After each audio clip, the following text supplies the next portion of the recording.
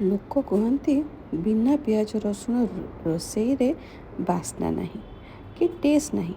ହେଲେ ଯିଏ ଥରେ ପୁରୀ ରାସ୍ତା ସାଇଡ଼୍ରେ ବ୍ରେକଫାଷ୍ଟ କରିଛି ସିଏ ଜାଣିଛି କି ବିନା ପିଆଜ ରସୁଣରେ ବି ଅମୃତ ହେଇପାରେ। କ'ଣ କ'ଣ ନ କରନ୍ତି ସେମାନେ।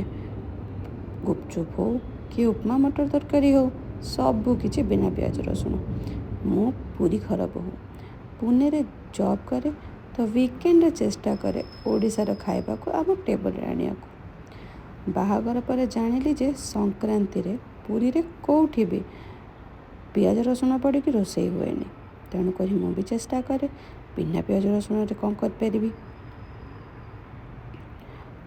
ଆଉ ବିନା ପିଆଜ ରସୁଣରେ ମୋ ଶାଶୁ କ'ଣ କ'ଣ ନ କରିପାରନ୍ତି, ବାବାରେ ବାବା, ବହୁତ କିଛି ଶିଖିବାର ଅଛି ମୋତେ ତାଙ୍କଠୁ। ଆଉ ଏସବୁଥିରୁ ମୋ ସ୍ୱାମୀଙ୍କ ଫେଭରେଟ୍ ହେଲା ଉପମା, ମଟର ତରକାରୀ ଆଉ ପକୁଡ଼ି। ଏବେ ବି ଆମେ ଯେତେବେଳେ ପୁରୀ ଯାଉ, ଜଳଖିଆ ମାନେ ବାହାରୁ ଆସିବ। ଘରେ ବି ହୁଏ, କିନ୍ତୁ ଏଇ ଜିନିଷ ଗୁଡ଼ା ଟିକେ ବାହାରୁ ହିଁ ଭଲ ଲାଗେନି। ତ ମୁଁ ଆରମ୍ଭ କରିଦେଲି ମୋର ଘରେ ବହୁତ ବେସିକ୍ ଜିନିଷ ଆଡ଼୍ କରିକି ମୁଁ ଆଜି ବନାଉଛି ମୋ ସ୍ୱାମୀଙ୍କର ଫେଭରେଟ୍। ତ ସୁଜିକୁ ରୋଷ୍ଟ କରିକି ସାଇଡ଼୍ରେ ରଖିଦେଇଥିଲି। ଆଉ ଏପଟେ ଟମାଟୋ, କଞ୍ଚା ଲଙ୍କା ଆଉ ଅଦା ତା'ର ଭାଜି ହେଉଛି। ତା ଭିତରେ ଲୁଣ, ହଳଦୀ ଆଉ ଟିକେ ବିନା ପିଆଜ ରସୁଣ ଯେଉଁ ମସଲା ଆସେ, ସବଜି ମସଲା, ସେଇଟା ପକାଇଦେଲି ମୁଁ। ଆପଣମାନଙ୍କ ପାଖରେ ଯଦି ୟାକୁ ଭଲ ବନେଇବାର କିଛି ଟ୍ରିକ୍ ଅଛି, ମୋତେ କମେଣ୍ଟରେ ନିଶ୍ଚିତ ଭାବରେ ଜଣାଇବେ। ସତ କହିବି ତ ଯେତେବେଳେ ଫାର୍ଷ୍ଟ ଟାଇମ୍ ମୁଁ ଉପମା, ମଟର ତରକାରୀ ଆଉ ପକୁଡ଼ି ଶୁଣିଲି, ମୁଁ କନଫ୍ୟୁଜ୍ ହେଇଗଲି। କାହିଁକିନା ମୁଁ ତ କେନ୍ଦ୍ରାପଡ଼ାରୁ ଆସିଛି ନା, ଆଉ ପକୁଡ଼ି ତ ଛଣାଛଣି ଥାଏ। ତ ଉପମା ତରକାରୀ ତ ମୁଁ ଶୁଣିଥିଲି, ପକୁଡ଼ି କାହିଁକି? ତାପରେ ଦିନେ ସ୍ୱାମୀ ମୋତେ ନେଇକି ଗଲେ ଷ୍ଟ୍ରିଟ୍ ଫୁଡ଼୍ରେ ଖୁଆଇଲେ।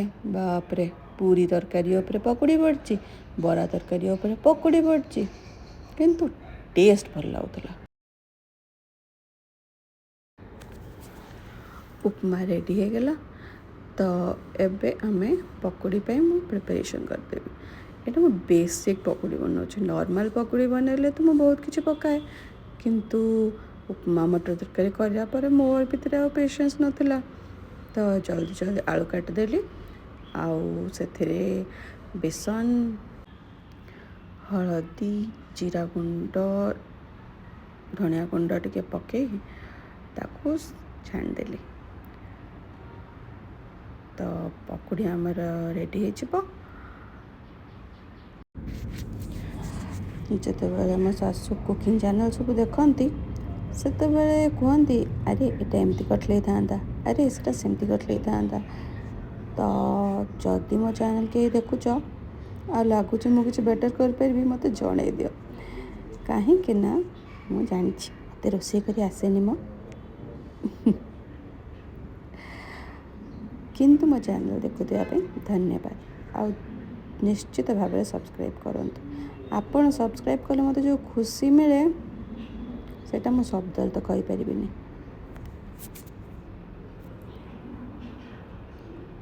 ଆଉ ହଁ, ଆପଣ ଯେତେବେଳେ ପୁରୀ ଯିବେ ମୋତେ ଜଣାଇବେ। ଏପଟେ ଆମର ପକୁଡ଼ିର ତ ହେଇଗଲାଣି, ସେପଟେ ସୁଜି ବି ରେଡ଼ି ହେଇଗଲା।